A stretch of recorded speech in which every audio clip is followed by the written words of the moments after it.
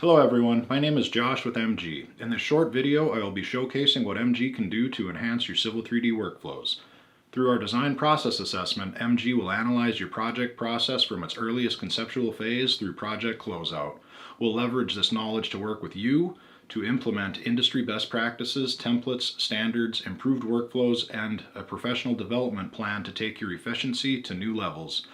Build your competitive advantage, and deliver a better product for your customers. We understand that in today's work environment, remote work is more prevalent than ever. Our expertise with both BIM 360 and the Autodesk Construction Cloud collaboration technology can assist you in automating tasks and connecting project information and people in real time as a centralized source of truth for improved decision making. Each product is supported by a common data platform, ensuring transition between each project phase and team is handled with ease.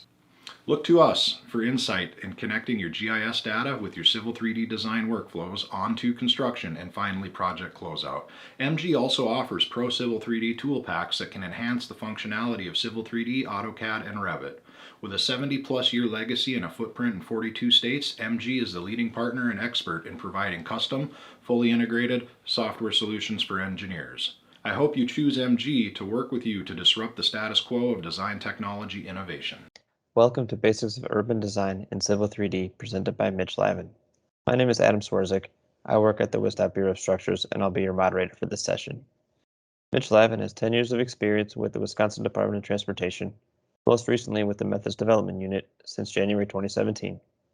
During his time with MDU, Mitch has worked on the team to implement and maintain Civil 3D. He also has produced various training topics for WSDOT's Civil 3D knowledge base. Prior to his time in MDU, Mitch worked for 6 years in WSDOT's North Central region and in project development, design, and construction. He received his Bachelor of Science in Civil Engineering from UW-Madison in 2010 and is a registered PE in Wisconsin. I'll be assisting with Q&A moderation and have just a couple housekeeping notes before we get started. First, a big shout out to all of our sponsors for helping make this virtual workshop happen. Thank you. An evaluation link will be provided at the end of the session, as well as a larger email at the end of the day. Please complete it to help us improve our event. Evaluation completion is also necessary to qualify for PDHs. Now, let's start today's session. Hello, and welcome to the session titled Basics of Urban Design in Civil 3D. My name is Mitch Lavin, and I am with Wisconsin Department of Transportation Methods Development Unit, otherwise known as MDU. Today we're going to talk about the basics of Civil 3D and urban design. First, we'll review and cover the unique difficulties of urban design projects. We'll look at how to set up dynamic relationships in Civil 3D for these designs, and then we'll discover some tips and tricks that will help you manage your projects more effectively in Civil 3D. Typically, urban design projects require particular attention to be paid on adjacent properties. The constraints placed upon the project by right-of-way requirements or physical requirements such as building really make it hard to fit a roadway through the urban area, especially if some of the roadway is being expanded. For instance, in this case, in this example here, we have a large building right along the back edge of sidewalk in the existing condition, and the new sidewalk is going to be pretty similar to the existing sidewalk as far as location. If we check the Google Street Maps, we can see that this is the construction project as it was being built, but there is sidewalk right alongside, and then there's entrances along the front of the building for the movie theater. So a lot of the constraints come vertically from the back of sidewalk, trying to tie into entrances of buildings, and also horizontally because we have right-of-way requirements and the buildings themselves getting in the way of placing the sidewalk, building the sidewalk. Other things we need to worry about when we're designing these roadways is what's happening behind the sidewalk. Is the water that is flowing or falling down on the ground outside of the sidewalk flowing into the roadway or flowing away from the roadway?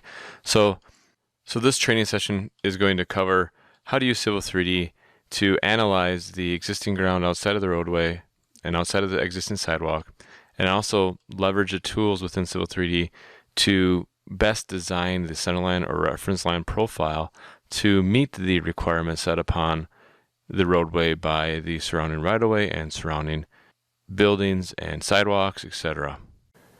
Now in this particular example, I already have horizontal geometry developed for the main roadway portion. To assist in developing the vertical profile of the design reference line, we'll do a setup corridor that works from the outside in, from the outside edge of sidewalk on either side, and establish guidance on where the design profile needs to be living to get our roadway to match in as close as we can to the existing surface or existing ground or sidewalk or storefronts, etc. on either side of the roadway. And to do that, we'll develop again a setup corridor that works from the outside in, and the first portion of that setup corridor is to establish some setup assemblies or assemblies for both sides. So here I have two assemblies that I pre-built for this particular situation. I have a centerline profile set up left, which this will be using the left outside sidewalk edge as the baseline. And then I have a centerline profile set up right, which is using the opposite, the right outside edge of sidewalk baseline. And they're just a series of basic links that represent, in this case, the desirable slopes for sidewalk, terrace, the curb and gutter, and then also the roadway. So for instance, on the left side, we go up to a crown point and come back for the median, and then here's just an overhang to establish, make sure we have coverage over top of the reference line, which is right in this location. Same thing here, the reference line is here. We just have an overlap to make sure we have coverage. Now, utilizing assemblies built in such a way, we can also introduce other scenarios where we can add differing slopes along the lanes or perhaps some allowable cuts and fills. So for instance, I have some assemblies built here. Most notably, I added a vertical link of 0.5 feet, which represents an allowable cut on the back of sidewalk compared to the existing ground. And then I also adjusted the terrace a little bit for a little bit steeper. And some other things we could do is also adjust the lane slopes.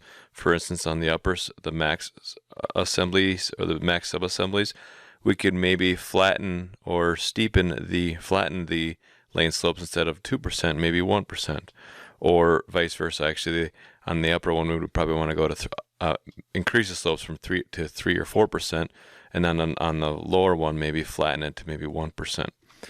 But then the other aspect of this is essentially the sub-assemblies will be built into an assembly like this, and then the assembly will be used in a corridor. And when we have the setup corridor, it's going to, of course, run both layers through, but we can build surfaces from the different scenarios based on the link code definition of the subassemblies. For instance, all of the links on the bottom layers here on the right, be it on the right subassemblies, the right assembly, I have specified a link code of right min, RTMIN. Same with the other ones. The ones on the upper portion are set to right desirable, and we have the same scenario on the left to be left desirable, for instance. So in this case, we can build surfaces, setup surfaces from the corridors that are being defined by these assemblies, and each surface, we get multiple surfaces, each surface will be using that one specific link code. Once we have the assemblies developed, how we want to see our desirable condition or minimum maximum conditions, we can move it forward and create a setup corridor from the back of sidewalk along both left and right sides.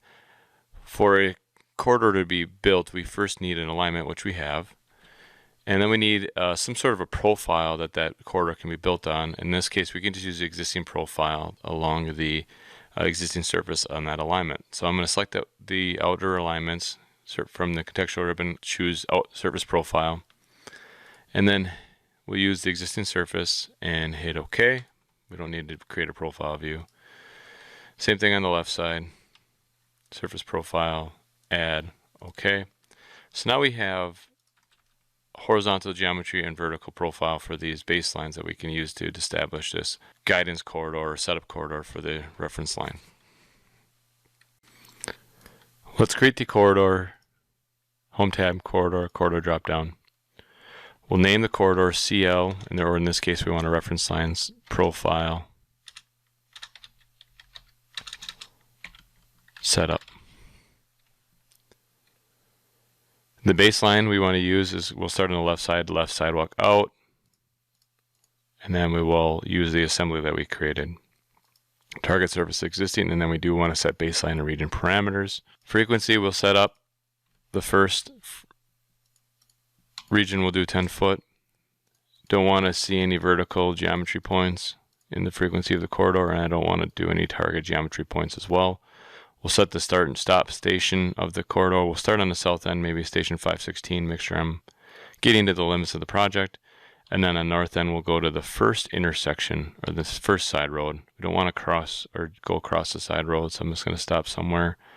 We'll stop at 520 plus 25-ish. Targeting, and now we need to go and set targets for the assemblies. In this case, we have targets for all of the horizontal geometry. I did not set them for the project because it moves a little bit. So first I'll set the sidewalk, and that's going to be the inside sidewalk since our base line is the outside sidewalk edge. And then we have target terrace, which really means in this case I want the terrace width, which is going to be the back of the curb and gutter alignment. And then we're going to target the center line, target the reference line, and then we'll target the next lane over. And I'll repeat it for the other portion of the assembly that we have, the lower minimum.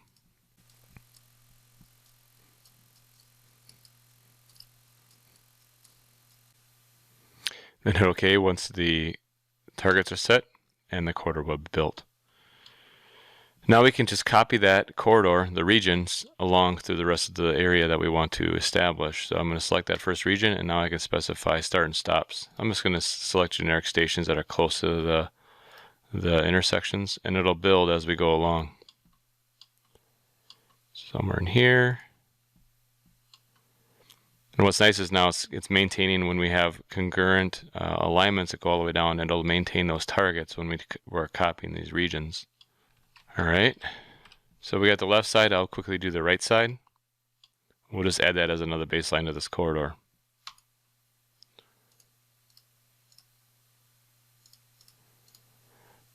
One thing to maintain when you're working in corridor editing, always look at the contextual ribbon. All of the tools that you can get in the corridor properties are here.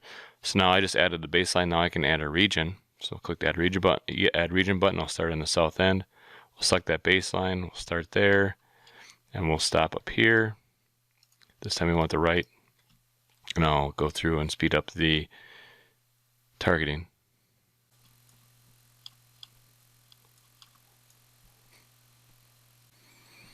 All right, so now we have the setup corridor built. We can build some surfaces quick. And we'll just select the corridor, and then from the contextual ribbon, choose corridor surfaces. And we'll just do 4 surfaces.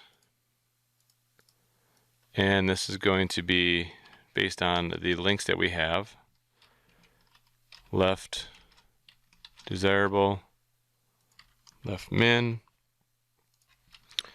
right desirable, right min. Now we can just add the links to the particular surfaces. So here's the link code. Since this is not a design surface, it's just a setup. And then for the left min, we can use the left min code. There it is, add it. The right desirable, grab the right desirable code. And I think I've got a bad code in there, but we'll use that one too. And then the right min, there it is, we'll add that one to that corridor surface. And now we don't need any boundaries because all we're really caring about is getting information from the setups at the reference line alignment, which is right there. Hit OK, and those surfaces will be created. They're on no display. We really don't need to see them.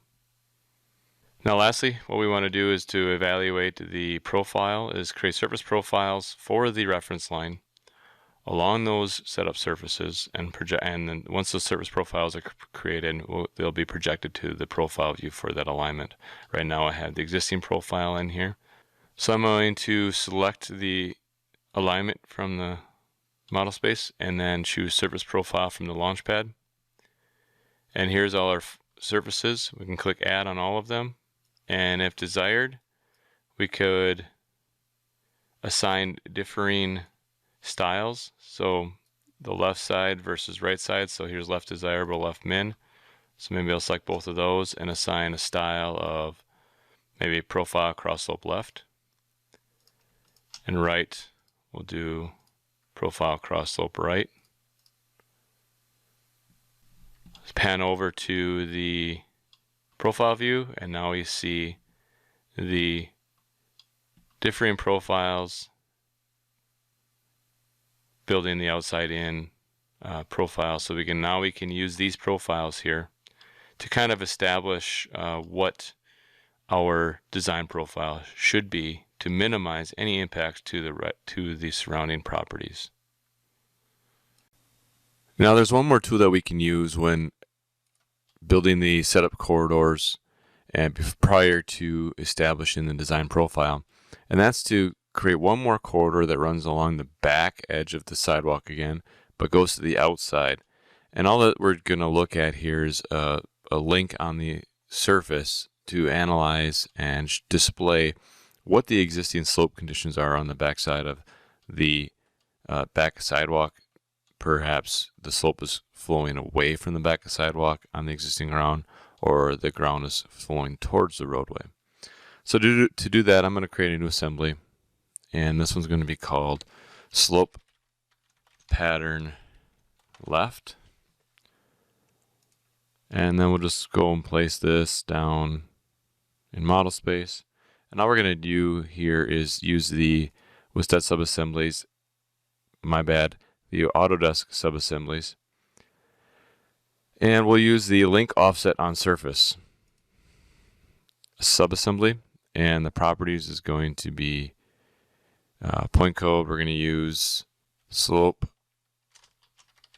pattern left. And we don't need any link codes. We would actually want to omit the link code because I don't want to see it. And we'll just do the same thing, slope pattern left. Just so we know exactly what it is. And let's see here once. I didn't put any offset on it, so we'll do minus 10 foot. And now you can specify whatever you really want. What if maybe you just want to go 5 feet, minus 5 feet to the left of the subassembly, and look at what the slope is doing. Now, one other thing we need to do here is also add a mark point at the center, at the back of sidewalk here. And the mark point, we'll just do a point code name of sidewalk out, just so we have something deferring or something defining what that point is. And we'll just drop that right on the back of the sidewalk right there. Sidewalk out for the subassembly name. Now I probably should have did the mark point first and then the link offset on surface. So I'm just going to click that link offset on surface subassembly and move it to the mark point. Now we check the assembly properties in the construction. We can see it's sidewalk out, mark point, and then the slope pattern left subassembly, link offset on surface. Do that on the right side as well. And there we go. We have I just created a new assembly and copied the subs over and adjusted the properties to get it to reflect what we need. So now I can create a new corridor off the back side of the sidewalk again and use those subassemblies in that corridor. We'll name this corridor slope patterns. We'll start on the left side. Existing surface is going to be the target surface. We'll adjust the start and stop again to match what we built out here. Frequency is 10.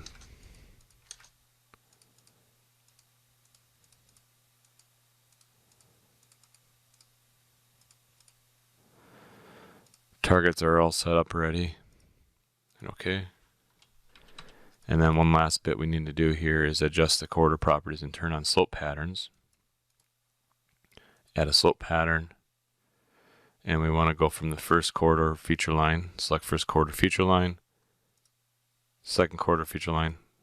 Now that mark point is to establish the first corridor feature line. If you only use the link offset on surface subassembly, there would be no feature line at the back of the sidewalk. So we place that mark point subassembly at that back of the sidewalk so that we have the two feature lines that are created from the corridor.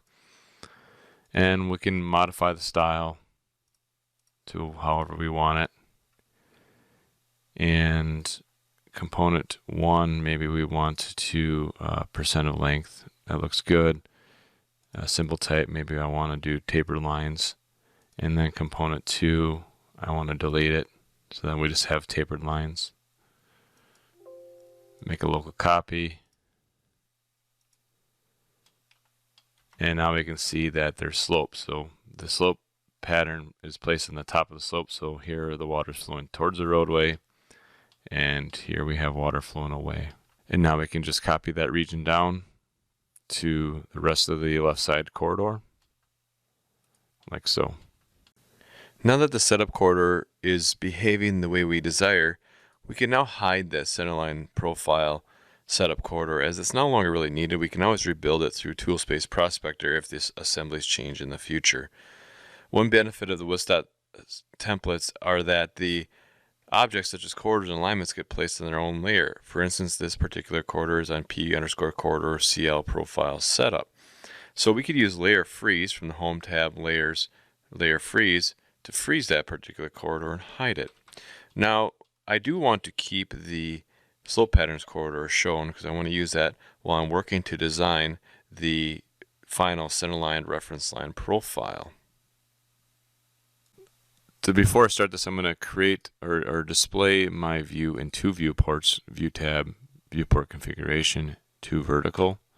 That way I can look at the plan view while I'm also looking at the profile view. And then I can also use the tool Station Tracker from the Inquiry panel on the Analyze tab in all viewports. And now we can see when I mouse over one viewport, you can see on the other viewport where I am on the profile view. So now we can create the profile, the design profile, from the Home tab, Create Design Panel Profile, Profile Creation Tools. We'll select the profile view to place the profile in, and the alignment name is going to be just great for the design profile. You could also put a -PROP behind it for proposed. The styles are good. Profile proposed with standard style, label style. Design criteria, we use criteria-based design. Look at the corridor standards. Use design criteria 2009 for the corridor standards. Minimum K values, we'll do the desirable category 1, assuming this is a ultimate design. Okay. And now we can work to create the profile while looking at the profile view on the right and also the plan view on the left. So we can see here now to start out, the water's flowing towards the roadway on the left and flowing away from the right. So here's the right desirable profile, and here is the left desirable profile. So we kind of want to match really close to, I think ultimately our desirable profile is what we want to desire, where we want to be, really close. And the first step in establishing a profile is best practice to define the tangent portions of the profile, and then we can combine them together and then add vertical curves later on. So I'm going to use the fixed tangent 2 points tool. I can go through the profile and look at and design the fixed tangents kind of roughly. So we see the existing ground, we see the ultimate designs, and we'll just kind of eyeball a fixed tangent in between them all.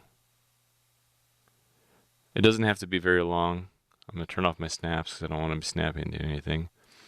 As long as you just establish your fixed tangents, we can get them close. And then we can connect them together later on. So I'm going to go work through and establish my fixed tangents. So we can kind of watch our profile view and our plan view. So we have a tangent there, got a tangent there. Now we're going back up, zoom in a little bit and see where we're at, because we're getting pretty, this is a tight constraints here. There's a building on the right. So we want to really get close on the right hand side and matching the existing ground. So we maybe want to be somewhere close to this profile here, because I believe the red is the right side. Yes, so we want to be very close to that profile because that's where that building is, up through in this area on the right side, and then also down here as well in this area. So that's how we can utilize the slope patterns, kind of looking at the way the water's flowing, the way the ground is sloped, where the back sidewalk is, and get an idea of how we want to ultimately design these profiles. So I'll go through and design this profile, and we'll jump back once that's done. Now that we have the design profiles built, as far as the tangents go, we can use a little tool within the profile layouts, fixed tangents, solve tangent intersection. And what that'll do, it'll allow us to go through and select the tangents that we have designed and connect them together. So it'll collect the first tangent and then the second tangent, and then it'll go and connect them together. And we just continue on. First, second,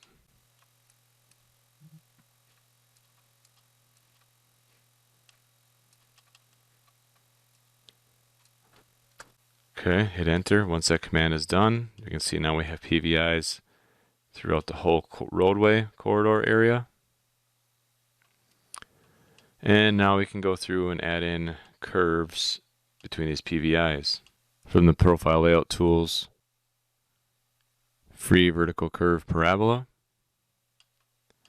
And we'll just go through and select and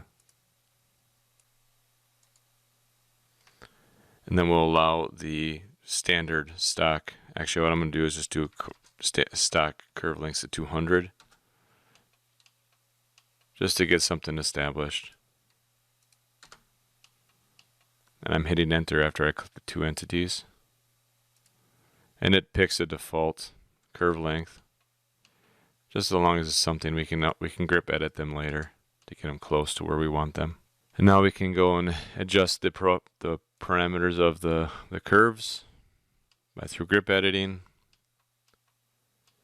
or you could go into the editor within the profile tools and adjust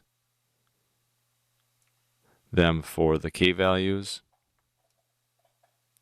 A lot of our issues are with passing sight distance, where here we have one with stopping sight distance. We need to go a little bit greater than 48, so maybe we should go 50 for a K value. Maybe adjust it to a 50-foot curve or a 100-foot curve, make it a little bit longer. Get some even values on the curves. However the design needs to be.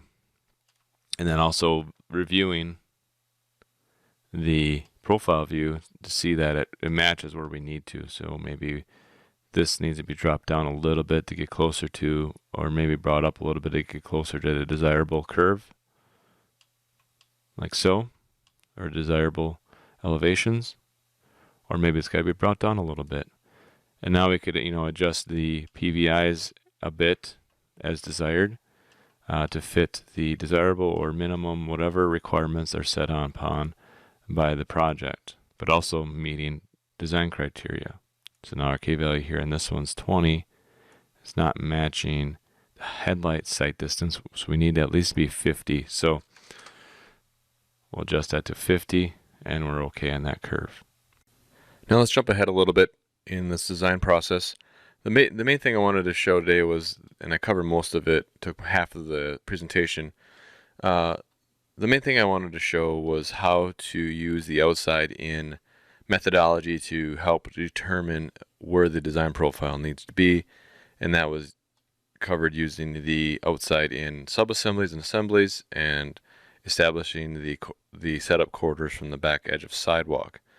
Now there's a few other tips and tricks to can maintain dynamic relationships between the design profile and ultimately the curb returns and side road profiles, etc., that we can utilize in Civil 3D and make sure that everything stays dynamically connected when we make adjustments to the overall design profile or perhaps offset alignments and such.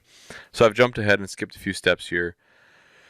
I have created a setup assembly that is intended for the intersections. I'm using the multi-width slope and links subassembly from the WISDOT design subassemblies palette in the general subassembly tab, multi-use width and slope links.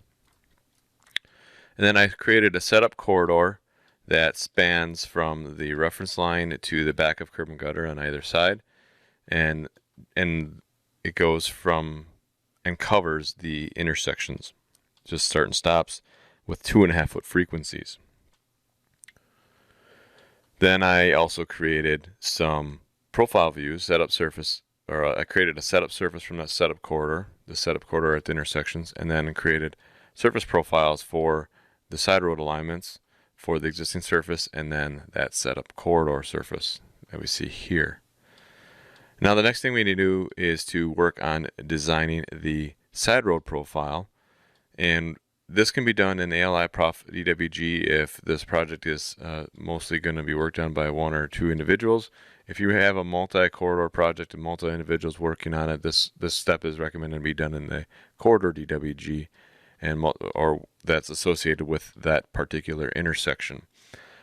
For sake of time, I'm just going to do this right in ALI Prof right now.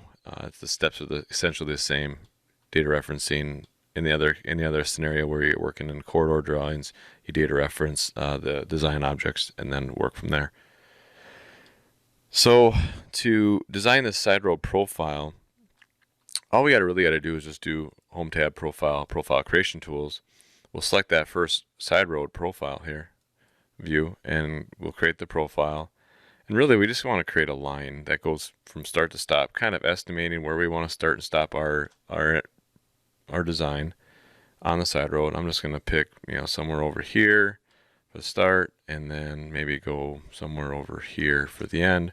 These can all be adjusted later on. This is not a final design by any means. And we can do the same thing for the other side road.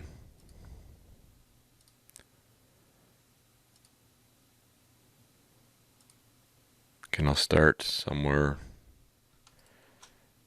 intersection, something like that, and we'll just go another couple 100 feet past the side road.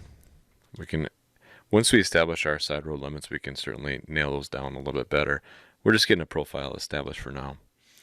Now we need some way to connect this side road profile with the crown of the main road profile. And to do that, we're going to use the intersection object. You may have seen this before in the Civil 3D knowledge base. And I should have touched on this earlier, but most of the stuff I'm covering today is covered on the Civil 3D knowledge base under the urban design training track. But I'm just kind of going to show some new tools that have come out in recent versions of Civil 3D. So I need to connect these design profiles for the side roads with the mainline roadway. So I'm going to actually go down here so I can be working on 2 profile views or 2 viewports here. And to do that, I'm going to use the intersection object. So I know I want to connect the crown point, and I also want to connect this reference line as well at those 2 locations. So I'll start with the reference line location and connect the side road profile with the design profile. I'm going to use the intersection object, create an intersection, and then we can just specify that intersection point. It's asking select main road alignment. We want the main road alignment to be the 51 alignment here. I'm going to make sure I get that. It's trying to pick the corridor. And that's all good. All the defaults are always very good in this scenario. And then I want to make sure I shut off this create or specify offset alignments. Double check my priority. 51 is my priority with the design profile 51. And then the side road that's the second priority. Hit next and create intersection.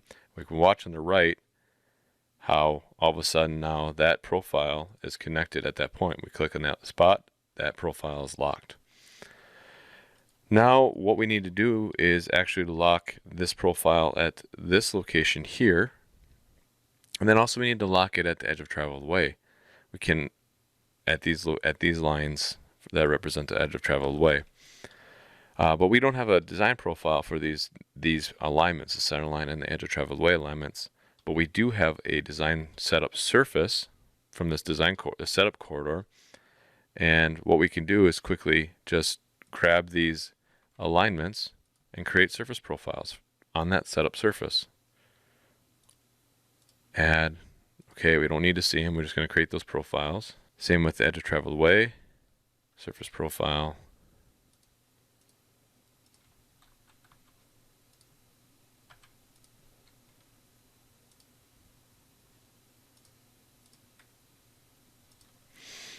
And now we can just create intersection objects on these 3 lines to connect them together. So I'm going to select that intersection point there. Our main design is this edge of traveled way because we want to maintain the crown through the main line 51 roadway. Uncheck that box. And here we have a priority 1 is 51 red edge of traveled way with that setup profile. And our second priority is the side road. Create an intersection. And now we can see the dynamic relationship on the right has been created. We'll complete that with the other locations.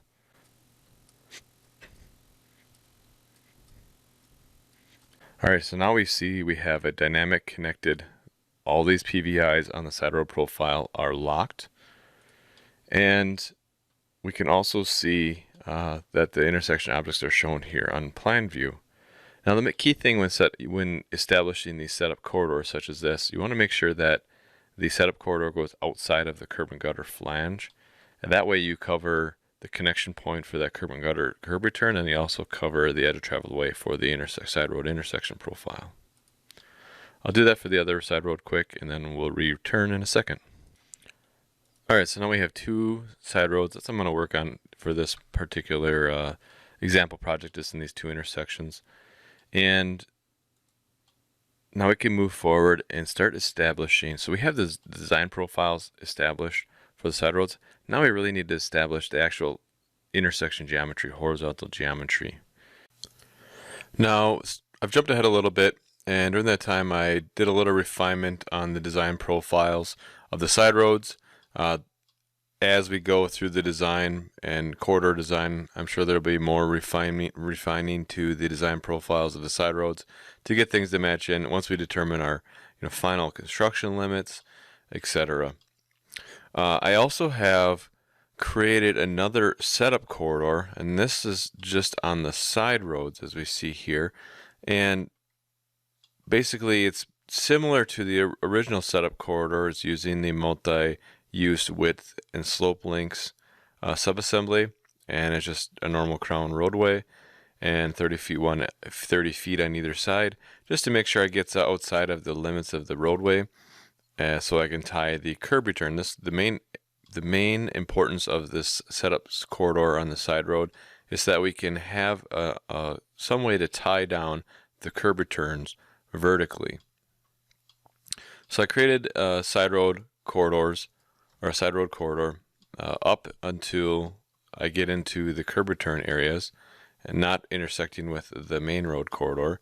I did that for these 2 side roads. And then I also created corridor surfaces. No, I didn't do a corridor surface, so I can create a corridor surface now. Create the corridor surface. We'll add the top link as a code, and okay. We don't need to add any boundaries. As long as it's in there, we're good to go. And now what we can do is actually hide those setup corridors, because we really don't need them anymore. The information's there. We can always rebuild them from the tool space prospector. So I'm going to freeze those corridors so I can hide them. Clean up the drawing a little bit. Another thing I did is I turned on my mapping file. I'm going to freeze some of these blocks that are really in layers I don't really want to see. I'm more interested in the roadway geometry. Now that we've cleaned up the file a little bit and hidden the setup corridors, and we've hidden some of the existing mapping blocks and such, we can start working on developing the horizontal geometry of the intersection. And there's a couple parts for this horizontal geometry. The curb returns are going to be one part. There's 4 curb returns in a standard 4-way intersection. And then we'll also have some side road geometry such as offset alignments representing edge of pavement or edge of curb and gutter, etc. The curb returns are going to be built from an object that was introduced, I believe, in Civil 3D 2020, perhaps 2018, called a connected alignment. And a connected alignment is basically we specify 2 alignments that we're going to connect with a radius, and such as this offset on the side road and then the offset on the main line. And then you can also specify profiles. If you read the help file here, once it opens up, you can also specify profiles for those connected alignments, that everything remains dynamically connected horizontally with the original alignments and vertically with the profiles that are specified from these original alignments. So horizontally, what we have the flag alignment on the main road here that we can connect to the connect alignment to. And in some urban projects, you can also you also might have continuous curb and gutter on the side road. So instead of, in this case, I used a construction alignment because my curb and gutter terminates about a few feet into the project or into the side road. If the curb and gutter continues on the side road, you could create a curb and gutter flange alignment that represents that curb and gutter and just target those 2 together using the connected alignment. In this case, I'm creating construction alignments. They're offset alignments, basically representing where I want the curb and gutter to touch down on the side road horizontally. And on the left and the right, I've used offsets and an offset alignment with the widenings to add a little bit of different width here compared to what it is on this side. And we can really see it on this side. I added a couple widenings to add some tapers to get out to here, make it a little bit wider at the mouth of the intersection for the right turn lane, and then also kind of narrows back up for the other side of the intersection. What's nice about the connected alignments, it is the connected alignment will follow these widenings of the targeted alignments that it's being built from. Part of the other aspect of a connected alignment is the vertical profile. We need a vertical profile to tie down to the design of that curb return alignment vertically. And to do that, we can just use the setup corridors that we built for the main line and the side road, and then do setup surface profiles for these connected alignments. So I'm going to grab this flag alignment, create a surface profile from the setup curb and gutter flag alignment or surface. And then same thing with this side road. I'm going to do surface profile, but I want to do it on the side road because that's where it's being built off of. So I have alignments I can connect to horizontally, and I have profiles I can connect to vertically. So now I can build my connected alignment. Alignment, create connected alignment, and it's going to ask select the first alignment, and we're going to work in a counterclockwise direction with the alignment direction. So I'm going to start on, this is my first alignment, and then this is the second alignment is your curb and gutter flag. Pick location for the connected alignment. We're going to pick over here in the right northeast quad, and then it's asking you to confirm. So you see this arrow for the direction and then which way its radius is being built. All right, now we get the connected alignment dialog box, and we're going to name this based on the naming convention in the FDM. 51 intersection dash 51 dash 3rd Ave is the side road, and we're going to do this one CG flag for the name. And connection in, yep, there, connection out, we're good. Alignment style, flange, no labels. Now we notice that this alignment layer is C road. I believe that's going to be corrected in a future update of Civil 3D 2022.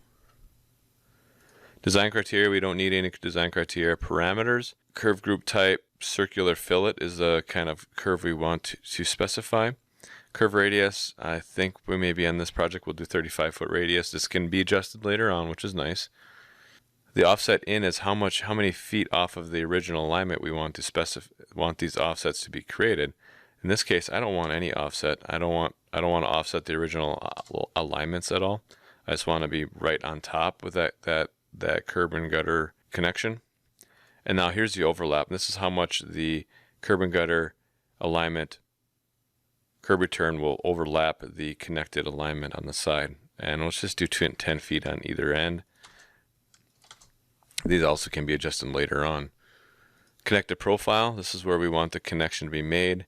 And here we want the construction line set up on the one side, connection out set up. We don't want to specify a cross slope. Profile name will match an alignment name. Profile style, that's good. And now you can actually, if there's a curve in there, you can specify the curve length. That's all good. So now we can see the curb and gutter connected alignment has been created. The overlap is dynamic. You can adjust the offset of where it's at based on the original. I'm going to go back to 0. And then you can also adjust by grip edit, the geometry or the radius. And that's also available in the alignment properties, connection parameters, curve radius of 30 feet maybe. So these are completely dynamic. If there's any changes to the horizontal geometry, for instance, if I adjust this offset per alignment here in a little bit, that changes and is dynamic. And it's also dynamic to any vertical changes. For instance, if we just change the design profile on the side road, and you have that, now we have that setup corridor built, and this connected alignment is connected to that vertical surface profile. Vertically, everything's going to stay connected as well. I went ahead and I created the southwest quadrant here. One thing I did forget on the naming convention on this northeast quadrant was I forgot to name and insert a quadrant, so I'm going to put in a -NE inside the name as well for this alignment. And I can demonstrate now how dynamic these alignments are actually. So we can extend the connected alignment so that and see how, for instance, if we want this curb and gutter to end where the existing curb and gutter ends out here somewhere, and that works great. We can maybe, if we want to adjust this taper a little bit, maybe we want the taper to start back here, we can see how dynamic that connected alignment and how it remains connected to that original alignment horizontally and vertically. One last quick tool we can use in this little process here is actually a WSDOT tool. And this is, now that we have the curb return alignment established, we need to create some offset alignments that are on the face and the back of the curb and gutter. And to do that, we have a tool developed, WSDOT design alignments, create curb offsets. And at the command line, offset the face. We want a 2-foot offset to the face from the flag to the face. And now offset the back to 2.5 feet from face to flag, or flag to back. And we want to select the alignment, and then the side, or the range. If we want to go from the start to the stop, we can, or the entire range, or pick start and stop if you wish. I'm going to do the entire range of the alignment. And now I'm going to pick a side. And there we go. It's created offset alignments for the face and the back based on the original alignment. And now we can watch, if we adjust this, everything should remain dynamic. Of course it didn't. There we go. I went too far. So yeah, everything remains dynamic, both the original alignment with using the connected alignment tool, and also the offset alignments that were built using the WSDOT offset alignment curb and gutter tool. All right, let's take a look and see what is typically created when we do these connected alignments and also dynamically connect the profiles. To review the profile, all we got to do is make a profile view for that connected alignment. Profile, create profile view, and we'll select the intersection second northeast quad. We'll specify shortening the range and extend it a little bit to 70, and we'll minimize the elevations and maximize them a little bit. The standard labels and styles are good, and then we'll go and place that profile view here out in space. And we can see that the profile has been created outside of the curb return radius points that we see here. It is basically sitting on the setup profiles or the setup surfaces that were being defined by those offset alignments that the connected alignment was built off of. And we can drag and drop, we can drag where it's connected to and from, but it's also always good just to go right to the endpoint as close to the center as we can, because then that's right at those radius points, unless there's a need to modify that. Now, what's one benefit thing with these connected profiles is now we can go and actually edit the geometry of these profiles. For instance, I could go and add in custom PVI. I could delete the original PVI if I wanted. I can add in another curve from here to there. Maybe it's a 10-foot curve. I could add in another PVI down here per se, maybe another curve.